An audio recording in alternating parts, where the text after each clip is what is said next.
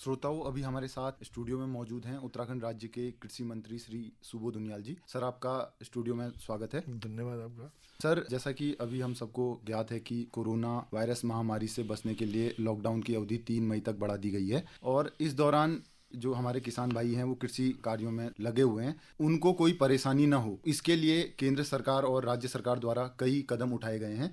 तो वो कौन कौन से मुख्य कदम हैं, कृपया ये जानकारी दीजिए। देखिए, कोरोना इस महामारी है तो विश्वव्यापी महामारी और सभी प्रभावित हैं इससे, लेकिन किसानों में, क्योंकि इस देश की रीढ़ की हड्डी खेती है और खेती के वाहक हैं वो किसान हैं। किसानों की जो स्थिति है उसको लेकर हम सब लोग बहुत गंभीरता से विचार कर रहे हैं। यही कारण है कि अभी एक हफ्ता पूर्व भारत के केंद्रीय कृषि मंत्री जी ने पूरे देश के कृषि मंत्रियों के साथ वार्ता की और किसानों को किस तरह से राहत पहुंचाई जा सकती है इस पर बहुत ज्यादा फोकस किया गया। और यही कारण है कि जो सेकेंड, अगर देख रहे हैं, सेकेंड फेज जो आया है लॉकडाउन का, इसमें कृषि संबंधी कार्यों को पूर्णतः से छूट दे दी गई है। चाहे वो खाद की दुकानें हों, बीज की दुकानें हों, दवाइयों की दुकानें हों, कृषि यंत्र की दुकानें हों, कृषि यंत्र को ठीक करने के जो वर्कशॉप्स हैं वो हों, ये सारी भारत सरकार ने इनको एग्जेम्प्ट किया है। उनके आवागमन पे खेती के लिए सोशल डिस्टेंसिंग का पालन करते हुए कि वो उनको जो सोशल डिस्टेंसिंग का पालन करते हुए अपना खेती का काम भी करें। मनरेगा के कामों को शुरुआत करने का भी निर्णय भारत सरकार ने ले लिया जी। और उसी में हम लोगों ने भी अपने अपने स्तर से काफ़ी निर्णय लिए। जैसे मसलन उत्तराखंड में हम लोगों ने मंडी टैक्स को स्थगित कर दिया कि जब तक ये लॉकडाउन है, लॉकडाउन पीरियड में मंडी टैक्स किसानों से न दिया जाए। बीज की सब्सिडी जो हमारी 50% थी उसको हमने 75% करने का काम किया।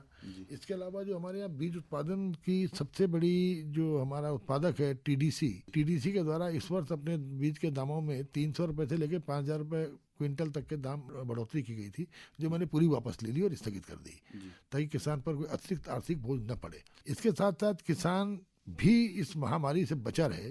मुझे खुशी इस बात की है कि वो मेरा इनिशिएटिव था और हमने भारत सरकार से बात की और आज पूरे देश के किसानों को उसका फायदा मिल रहा है। हमने कहा था जो सरकार की योजनाएं, परंपरागत किसी भी विकास योजना और नमामि गंगे योजना में जो हम एग्रीकल्चर इनपुट किसान को दे रहे हैं, ऐसे समय में अगर मास्क को, सैनिटाइजर्स को, ग्लव्स को भी अगर इनपुट में शामिल कर दिया जाए तो किसान का एक बहुत बड़ी राहत मिलेगी। तो मुझे खुशी है कि भारत सरकार ने तत्काल इस मेरे प्रस्ताव को स्वीकार किया और आज हम 3 लाख किसानों को अपने राज्य में 10-10 मास्क, उसको 3-4 ग्लव्स और 500 ml की सैनिटाइजर की शीशी और 3-4 साबुन हम हर किसान को उपलब्ध करा रहे हैं ताकि वो अपनी सुरक्षा भी कर सके। इसके साथ साथ किसान को आवागमन में परेशानी न हो, क्योंकि पर्वतीय क्षेत्रों में आपने देखा है कि जाड़ों में लोग नीचे चले आते हैं और गर्मियों में लोग ऊपर चले आते हैं, उनके खेत मोबाइल रहते हैं किसान, तो उनको आवागमन में परेशानी न हो, इसके लिए बिल्कुल हम लोगों ने निर्णय लेकर के सभी जिलाधिकारियों को सूचित कर दिया गया है कि किसान को आवागमन में कतई न रोका जाए, क्योंकि यहाँ पर पूरा का पूरा गांव शिफ्ट कर जाता है।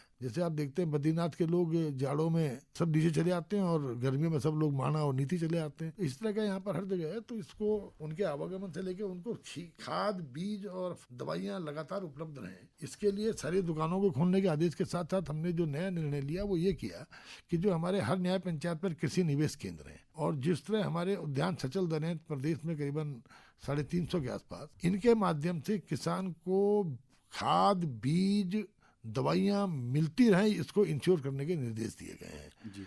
चौथी चीज, कोऑपरेटिव सोसाइटीज के माध्यम से भी हम इनपुट उनको देने का काम कर रहे हैं। और जैसे मोदी जी का भी संकल्प था कि इस राज्य को एक ऑर्गेनिक राज्य बनाना है और उस ऑर्गेनिक राज्य बनाने के लिए हमने 10 ब्लॉक्स को ऑर्गेनिक ब्लॉक भी घोषित किया है, लेकिन उनको भी किसी तरह की कमी ना हो इसके लिए, क्योंकि जैसे आपका खाद है, खाद बांटने का काम हमारे राज्य में कोऑपरेटिव सोसाइटीज करती हैं, तो केमिकल खाद तो बांटती थी, ऑर्गेनिक खाद नहीं बांटती थी। हम लोगों ने इस बार निर्णय लिया है कि कोऑपरेटिव सोसाइटीज केमिकल के साथ साथ ऑर्गेनिक खाद का वितरण भी करेंगी ताकि किसान को ऑर्गेनिक खाद की कमी न रह पाए। इसके अलावा हमने उनका जैसे सब्जी हैं, फल हैं जो काफी खराब हो रहे हैं, तो हमने उसके लिए, मंडियां पहाड़ी पर्वतीय क्षेत्र में नहीं है, तो हमने निर्णय लिया कि जो हमारे यहाँ पे गोदाम है उनको हम अस्थायी मंडी का रूप देंगे ताकि वहां जाकर के किसान अपने उत्पाद को बेच सके। इसके अलावा अपूर्ण बाजार जो हमारा है, अपूर्ण बाजार को भी हमने एक किस्म से अस्थायी मंडी करके किसान बाजार के रूप में इस समय उनको नाम परिवर्तित करके और जो सेल्फ हेल्प ग्रुप है, स्वयं सहायता समूह, उनके माध्यम से चलाने का निर्णय लिया है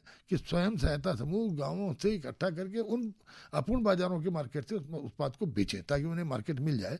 और 2-2 लाख रुपया हर अपूर्ण बाजार को हम सीड सर्टिफिकेशन से देने का निर्णय लेने के साथ साथ अगर उन अपूर्ण बाजार में कुछ मरम्मत की आवश्यकता पड़ेगी, कोई निर्माण की आवश्यकता पड़ेगी, तो मंडी परिषद के द्वारा निर्माण किया जाएगा। तो ये कई निर्णय हमने किसानों के हितों में ऐसे लिए। और एक निर्णय हमने ये लिया कि किसान अगर एग्रीकल्चर पर्पज के लिए कहीं जा रहा है, कृषि के कारण अगर कहीं जाना उसका आना है, तो जो किसान बही है और जो उद्यान कार्ड है, इसको उसकी आइडेंटिटी मानते हुए यही उसको पास मान लिया जाए, ताकि उसको अननेसेसरी को परेशान न कर पाए। तो किसानों के हितों के लिए लेकर के हम बहुत गंभीर हैं। और इसके अलावा जो अवशेष किसान हैं जिनको हम नहीं दे पाए हैं इन योजनाओं से, उनको हम मनरेगा के माध्यम से भी ये मास्क उपलब्ध करा रहे हैं, ताकि हमारा किसान भाई सुरक्षित होकर के, सुरक्षित रहते हुए, बिना संक्रमित हुए अपनी खेती में कटान करना हो, बुआई करनी हो, इसका काम करते रहे।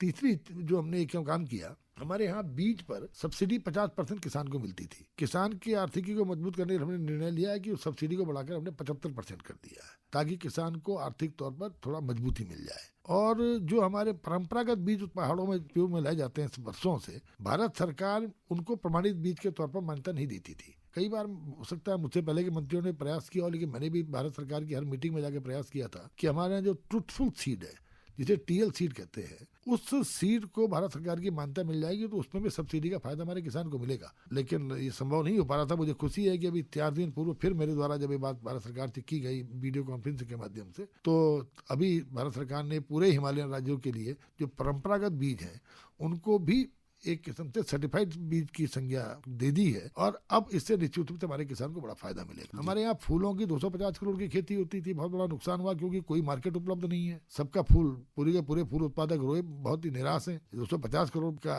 व्यापार ठप हो गया। इसके अलावा जो मशरूम उत्पादक थे, उन मशरूम उत्पादकों को हमने शुरुआत में ही, क्योंकि मैंने मशरूम को एक बहुत बड़ा निर्णय लेके कुछ दिन पूर्व हमने उसको पॉल्यूशन जो उनको लेना पड़ता था सर्टिफिकेट, उससे मुक्त करके एग्रीकल्चर क्रॉप मानते हुए उससे मुक्त करने का निर्णय लिया था।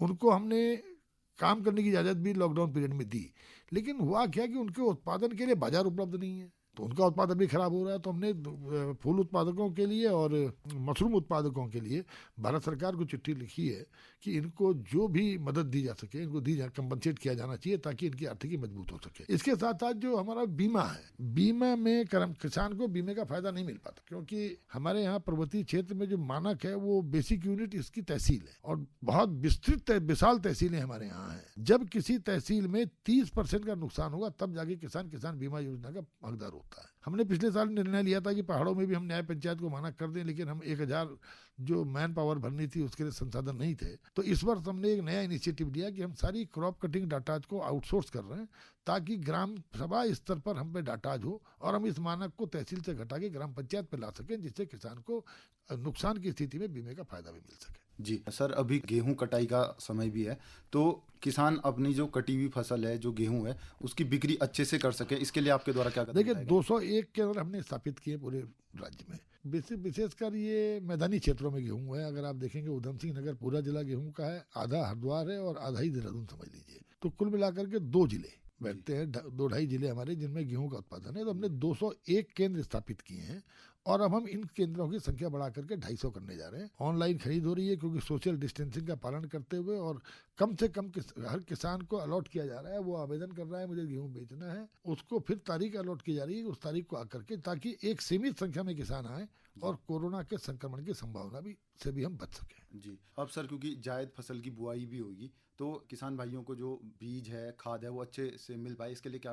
मैंने आपसे कहा ना, देखिए, हमने पहले ही जैसे लॉकडाउन हुआ था, हमने 2 तो कृषि विभाग का और उद्यान विभाग के अलग अलग कंट्रोल रूम देहरादून में स्थापित किए। इसके अलावा हर जनपद में कृषि और उद्यान का एक कंट्रोल रूम बनाया गया है, जिनके नंबर बाकायदा फ्लैश किए गए हैं हर अधिकारी के, ताकि किसी निवेश के संबंध में, किसी किसान के संबंध में या किसी से जुड़े हुए व्यवसायियों को कोई भी समस्या होगी तो इन नंबरों से संपर्क वो करे, उनकी समस्याओं का निराकरण किया जाएगा। और मैंने आपसे अभी कहा कि हमने बीज, खाद, दवाइयों की आपूर्ति उन पर सुचारू रूप से हो सके, इसके लिए हमने कृषि निवेश केंद्र जो हमारे हर न्याय पंचायत में है राज्य में, और उद्यान सचल दलों को इसके लिए कहा गया है कि वो इनकी आपूर्ति करना सुनिश्चित करें किसानों को, ताकि किसान, अगर छोटे किसान हमारे यहाँ पहाड़ों में ज़्यादा है, किसी को मानूंगा 500 रुपये का बीज लेना है और उसको 1000 रुपये किराया खर्च करके जाना पड़े, तो ये उसकी आर्थिकी पर असर पड़ेगा। इसीलिए हमने उसी की न्याय पंचायत पर उस पर बीज, दवाई, खाद उपलब्ध हो जाए, इसके लिए हम लोगों ने ये कदम उठाए हैं। तो मैं समझता हूँ इस तरह की कोई परेशानी किसान को नहीं रहेगी। जी, अब आप राज्य के किसानों को क्या सलाह देना चाहेंगे? देखिए, बुरा समय है, सबके लिए बुरा समय है, मानवता के लिए बुरा समय है, और ऐसे समय में संयम और धैर्य की आवश्यकता है। और क्योंकि ये बीमारी एक ऐसी बीमारी नहीं है कि एक आध आदमी को ले जाए। हर आदमी, अगर किसी को संक्रमण हो गया तो एक आदमी 436 लोगों को संक्रमण फैलाने की स्थिति होता है शुरुआती दौर पे। तो ये मल्टीप्लाई होती है बीमारी। ऐसी स्थिति में सभी जो एडवाइजरी हैं, सलाह है भारत सरकार की, उनका पालन करें। बुरा समय है, धैर्य से काम लें, और सरकार उनके साथ खड़ी है। हम पूरी तरह से किसानों के हितों में लगातार निर्णय लेने का प्रयास कर रहे हैं कि किसान को ज़्यादा से ज़्यादा सुविधा उपलब्ध करा सकें। इसीलिए कई क्षेत्रों में सब्सिडी बढ़ाई है, हम कृषि यंत्रों को उन तक पहुंचाने का काम कर रहे हैं। और ऐसे में सोशल डिस्टेंसिंग, सामाजिक दूरी के साथ साथ बार बार जो हमने आपको सैनिटाइजर्स दिए हैं, उससे बार बार अपने किसी से मिलने के बाद, कहीं से आने के बाद हाथ अवश्य धोएं। साबुन का ज़्यादा से ज़्यादा प्रयोग करें और चेहरे पर मास्क लगा के रहें, ताकि इस संक्रमण से आप भी बचें, आपका परिवार भी बचे, आपका गांव बचे और आपका क्षेत्र बचे, जिससे प्रदेश बचा रहेगा और देश भी बचा रहेगा। और हम पुनः पटरी पर आकर के खेती के, एग्रीकल्चर सेक्टर को और मजबूती के साथ आपके साथ खड़े होकर आपके स्थिति को और मजबूत करने का प्रयास करेंगे। थोड़ा धैर्य बनाए और संयम की आवश्यकता है। आपको बहुत बहुत शुभकामनाएं। जी, तो कृषि मंत्री श्री सुबोध उनियाल जी, आज आप हमारे स्टूडियो में आए और हमसे किसान भाइयों के संबंध में इतनी महत्वपूर्ण जानकारी और बात साझा की, इसके लिए आपका बहुत बहुत धन्यवाद सर। आपका बहुत बहुत धन्यवाद।